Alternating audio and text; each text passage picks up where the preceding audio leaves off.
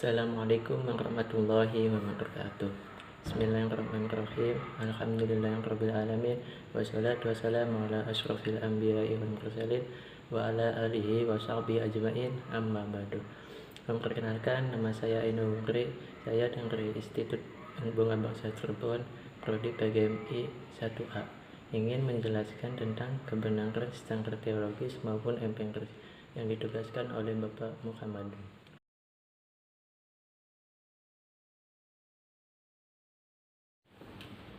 Sebelumnya, kalian tahu nggak sih apa itu kebenaran?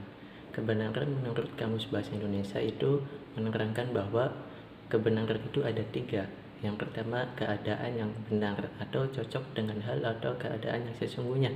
Misalnya, kebenaran berita ini masih saya ragukan.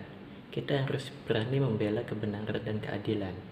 Yang kedua, sesuatu yang benar atau sungguh ada, betul-betul hal demikian halnya, dan sebagainya.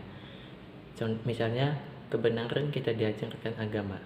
Yang ketiga, kejujuran, kelurusan hati. Misalnya, tidak ada seseorang pun sanksi akan kebaikan dan kebenaran hatimu. Seperti halnya pengetahuan, kebenaran dapat menolak ketetapan logis.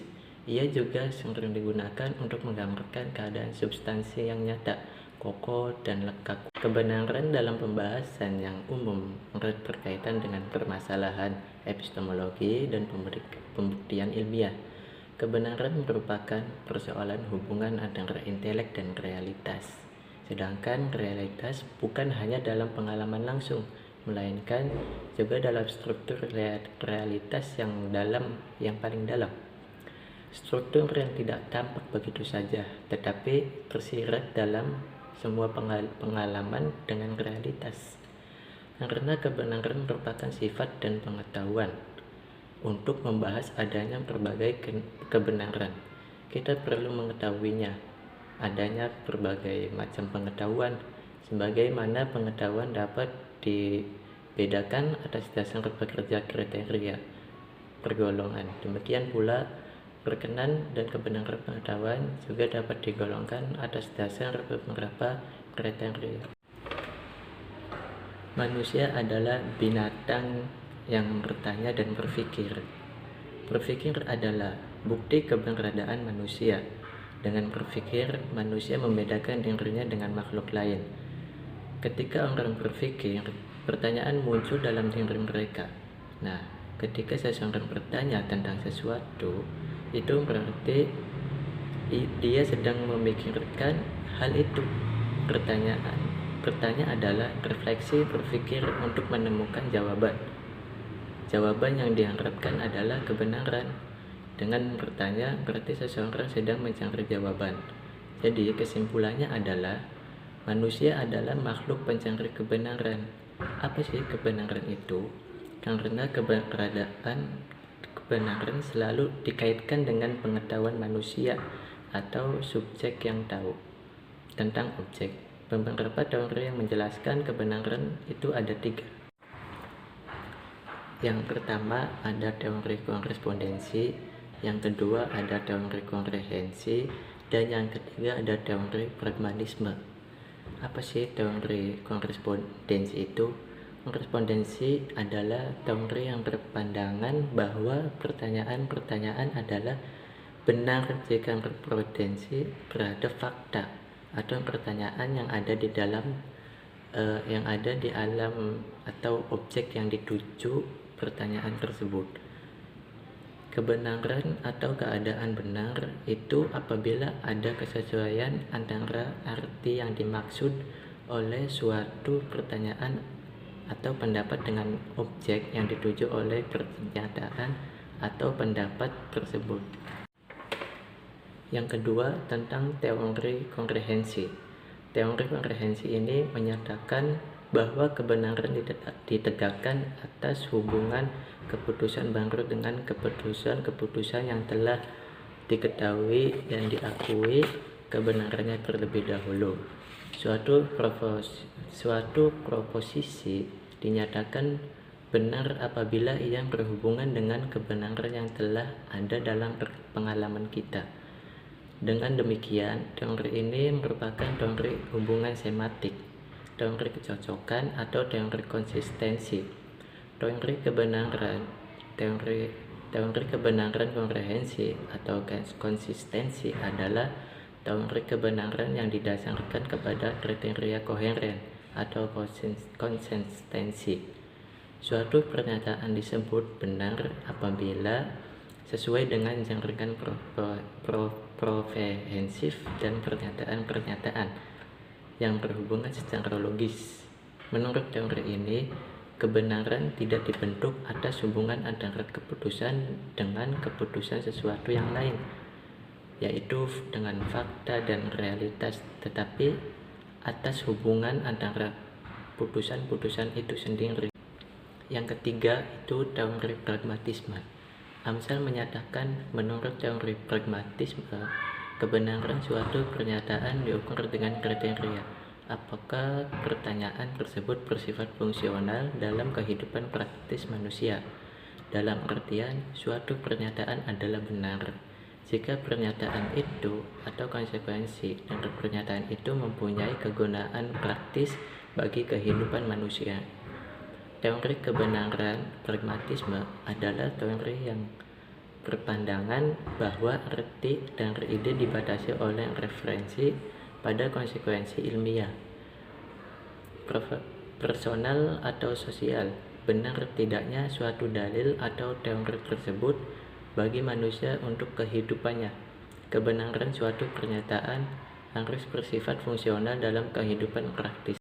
Selanjutnya tentang kebenaran perspektif filsafat. Berdasarkan kondisi sosial politik, ekonomi yang tidak dilandasi kebenaran faktual, kondisi masyarakat diperparah dengan tidak adanya landasan epistemologis dalam masyarakat untuk memperoleh kebenaran. Masyarakat tidak dapat memberikan benang merah atau batas yang jelas antara kebenaran, dan bukan karena mereka terbiasa menerima kebenaran sebagai produk jadi. Epistemologi atau filsafat pengetahuan adalah cabang filsafat yang mempelajari dan mencoba menentukan sifat dan ruang lingkup pengetahuan, asumsi-asumsi dasarnya, dan mempertanggungjawabkan atas pernyataan-pernyataan tentang pengetahuan yang ia miliki. Pada periode awal tradisi filsafat Yunani, epistemologi belum menjadi perhatian utama para filosof.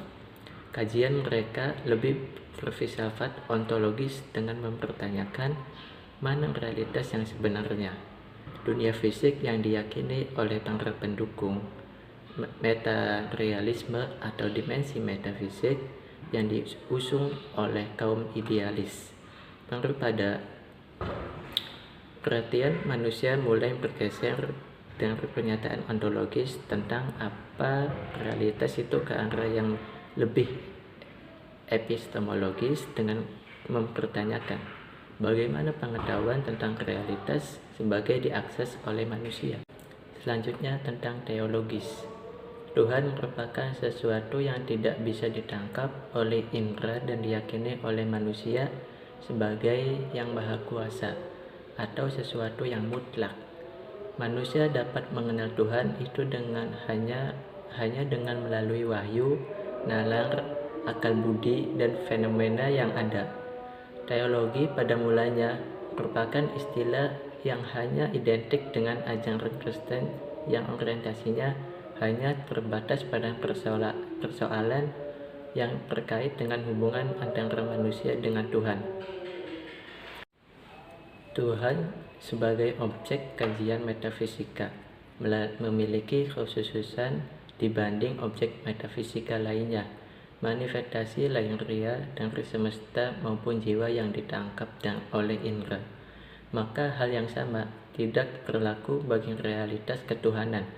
Tuhan adalah sesuatu yang mutlak yang tidak dapat ditangkap oleh indera. Pandangan yang mengatakan bahwa kita hanya dapat mengenal Tuhan itu melalui penyingkapan, yakni lewat wahyu yang disebut dengan teologi wahyu. Sedangkan teologi adalah pandangan yang mengatakan bahwa kita dapat mengenal Tuhan tanpa lewat wahyu, tetapi kita mengenal Tuhan lewat nalar akal budi yang bersifat a priori, atau lewat pengamatan atas fenomena-fenomena yang bersifat a posteriori. Selanjutnya, empiris. Dalam berbagai disiplin ilmu, paham ini bukan dianggap sebagai awal digunakan prosedur ilmiah di dalam penemuan pengetahuan, karena sesungguhnya hakikat ilmu pengetahuan adalah pengamatan, percobaan, penyusunan fakta, dan penarikan kesimpulan atau hukum-hukum. Istilah empirisme berasal dari bahasa Yunani, yaitu en, artinya di dalam, dan paira atau suatu percobaan. Dari makna awal itu kemudian empirisme diartikan sebagai pernyataan dianggap benar apabila isi yang dikandungannya memiliki manifestasi empiris, yaitu perwujudan nyata di dalam pengalaman, atau dengan kata lain, pengalaman indrawi dianggap menjadi sumber utama pengetahuan atau kebenaran. Empirisme adalah aliran yang menjadikan pengalaman sebagai sumber pengetahuan. Aliran ini beranggapan bahwa pengetahuan diperoleh melalui pengalaman dengan cara observasi atau penginderaan. Pengalaman merupakan faktor fundamental dalam pengetahuan. Ia merupakan sumber dari pengalaman manusia. Sementara John Locke menerangkan bahwa pengetahuan didapat dari pengalaman indrawi. Tanpa mata tidak ada warna, tanpa telinga tak bunyi, dan sebagainya. Teori empirisme berasal dari pandangan tabula rasa John Locke yang merupakan konsep epistemologi yang terkenal. Tabula rasa digambarkan sebagai keadaan jiwa. Jiwa itu laksana, jiwa kertas kosong, tidak berisi apa-apa, juga tidak ada ide di dalamnya. Ia berisi sesuatu. Jika sudah mendapatkan pengalaman di dalam pengalaman itu, mungkin itu saja yang saya sampaikan tentang kebenaran secara teologis maupun empiris. Apabila ada salah kata ataupun kurang jelas, mohon dimaafkan. Wassalamualaikum warahmatullahi wabarakatuh.